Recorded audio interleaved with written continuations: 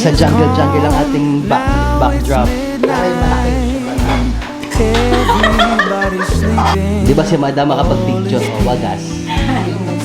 And I'm still hanging round in a house that's filled with lights, walking through a midnight. Siyempre, hindi naman puro happy din yung ating pag-usapan, no? Let's try to tackle naman kung ano ang lowest point of your life in Italy. Ay, pass ako dyan. Ang dami. Hindi, choose one. Isa lang. Para May makarinig ka. mic Diba, baka signal. akala Kasi, naman, diba, usually pag sinabing abroad, parang akala lang Masarap. namumulot ka ng pera, masaya po. Ayan, masaya lang. picture ka lang ng picture, Instagram ka ng Instagram. o Pero hindi nila namin pinagdaanan. Nung pandemic, sakto may sarili akong bahay. Walang internet, walang linyang bahay. Kaya asa lang ako sa cellphone ng internet na 10 days ko lang nagagamit. Anong mga na-realize mo nung nagpa-pandemic? Anong kinalungkot mo? Mag-isa lang ako as in. Locally. Super. Sobra. Yung araw-araw pumunta ako sa baba kasi may maliit na supermarket doon, yung Sigma. Bibili lang ako ng isang, yung mogu-mogu. Dinadahin lang ko lang yun. Bibili ako mogu-mogu. Para makalabas. Para makalabas. Dinadala ko yung subunga ng supermarket na isang lungga. Kasi doon ko naanohan na kasi ibang bansa ka. Solo mo talaga. Lalo yung tinatawag nila sa amin na buntot mo hilang. Oo, ganun nga sa abroad. Akala lang nila talaga madali. Kala nila ang sarap-sarap ng buhay. Yung pandemic na dinadala sa Pilipinas, syempre mahirap naman talaga, naiintindihan namin mahirap yun. Pero yung isang tao na nasa ibang bansa na wala akong pamilya dito, mas parang... Pero yung pandemic sa atin kasi, hindi naman kagaya dati dito nung lockdown tayo, wala talagang labas. Tapos, sa kanila, nag-isip pa ako noon. lockdown lang. Ilang buwan na yun, di ba? 2 Walang months trabaho, buti na lang yung employer ko nagpasahod. Sakto lang sa pambayad sa bahay. Syempre, di ba may mga... Oo, kung wala ka talagang ipon, ay, hindi ka namatay sa pandemic. Di ba Matay ka sa... nakasunto ka Bayar. na? Oo, yung nakasunto, binayaran ako, pambayad ka lang sa bahay. Ngayon nga, tapos yung bill natin, di naman Hindi na naman Oo, stop, may hindi naman bill na-stop, pa. di ba? Oo, diretso yun. Siyempre, kakain ka. Oo. Pag stay mo sa bahay, buong maghapon, pagdami ng lamon. O, ikaw dito, ano ang iyo lowest point in your life? Siyempre, nung wala mama ko. Yun lang. Kwento mo nga ng konti lang, kahit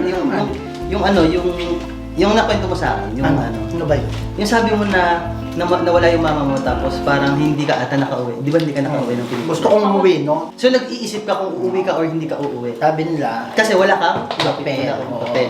Ano ako noon? Illegal recruiter. Ano ka na ngayon? Siyempre, mayabang na ako. May document. May papel na siya.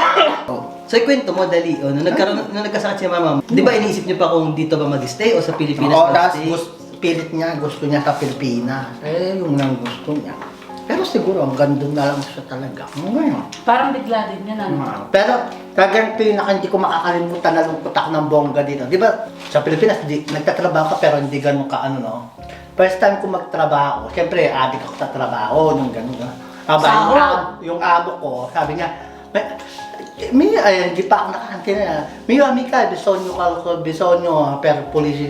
Va bene, ako, alam ko lang nung, va bene. Kasi, tsaka gano'n.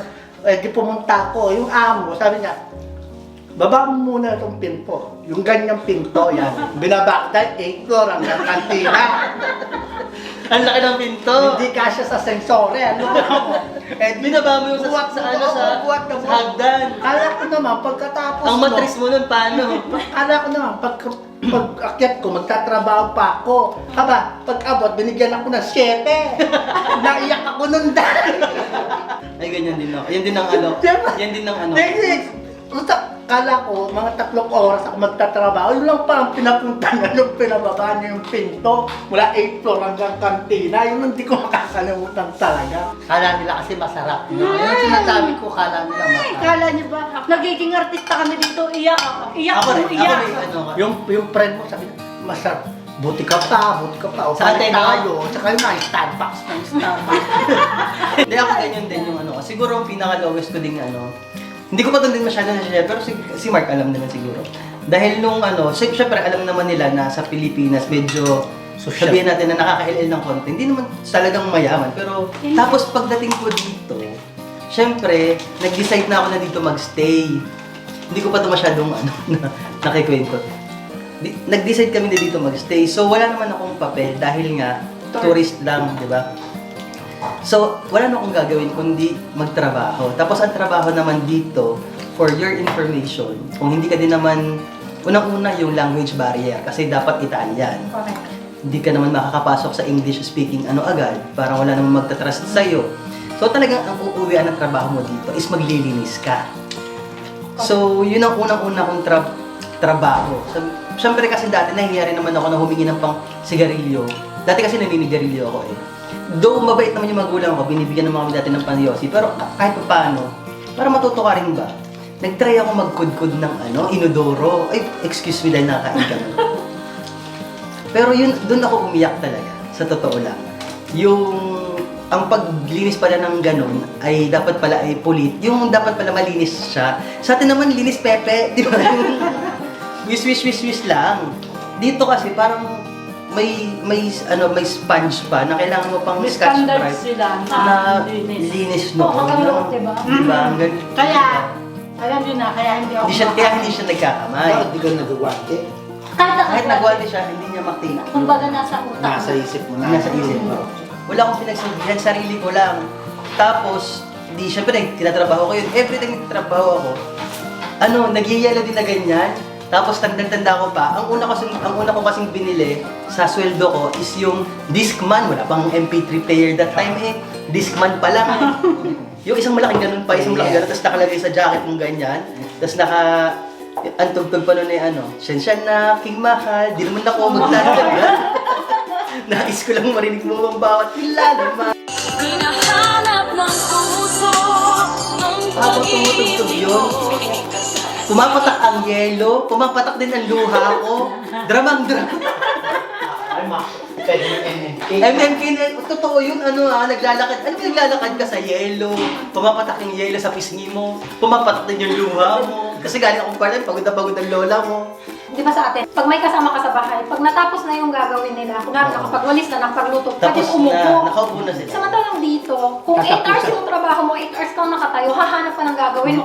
Bintana, ultimo, dahon ng halaman, kailangan, hindi ka pwedeng tumigil. Hindi Yun ang mo tinatawag na professional.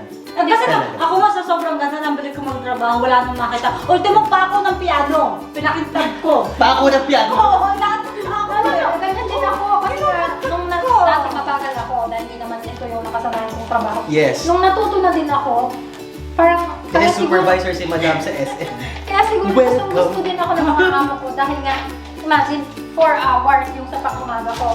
Maglalabas ako ng aso 1 oras. Maglilinis, mag-grocery, magluluto, magpa-plancha. Kaya ko lahat in 4 hours. Oo, grabe ko. 3 bedroom na bahay, 2 banyo. Oo, Kasi wala kang adrenaline. Kaya, yung may adrenaline kaya, hindi natin kaya. Alam ko, ako mabilis na. Grabe ka pa pala. Oo, hindi. Kasi itong mga amo ko, matagal na ako sa kanila. Isang 9 years at isang 8 years. Nung nagkasakit ako, umalis ako sa kanila. Pero after that, parang 2 years ako hindi nagtrabaho sa kanila. Nakailang palit sila ng kasama. At the end Hindi sila, hindi sila binalik- kontento. binalik ka.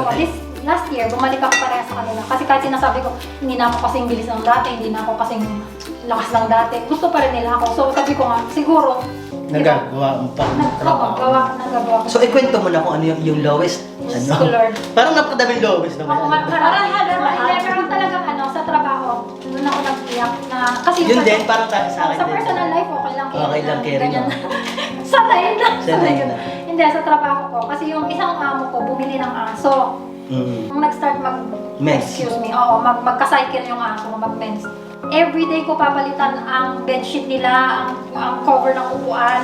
Imbes every other day magmamap ng sahig. Since syempre aso, tumutulo yung dugo, kailangan mo linisin araw-araw. At talagang iniiyak ko, naka-headset ako. Tawag ko sa kapatid ko, sabi ko, ito na, hindi ko na kaya. Ito na talaga ang breaking point. Lalabhan ko yung panty ng aso na may regla. Parang na ka doon, na ano yung ego mo? Oo, ang baba naman. Sobrang baba. Ultimo aso. Ultimo pinagreglan ng aso. Kailangan ko mababa. Naman. Sabi ko, ganun na ba ako kababa? Parang hanggang From ngayon. boss to, diba? From boss to gano'n. Kasi sa Pilipinas naman nakakapagtrabaho naman ako ng sa mga Utos. office environment o nakapag-supervisor din naman ako. Tapos pagdating dito, maglalaba akong pinagreglan ng aso. Ikaw naman, Ay, Leia, nakakatuwa. what is your lowest point in your life? Lowest point in my life here in Here in Italy. Italy.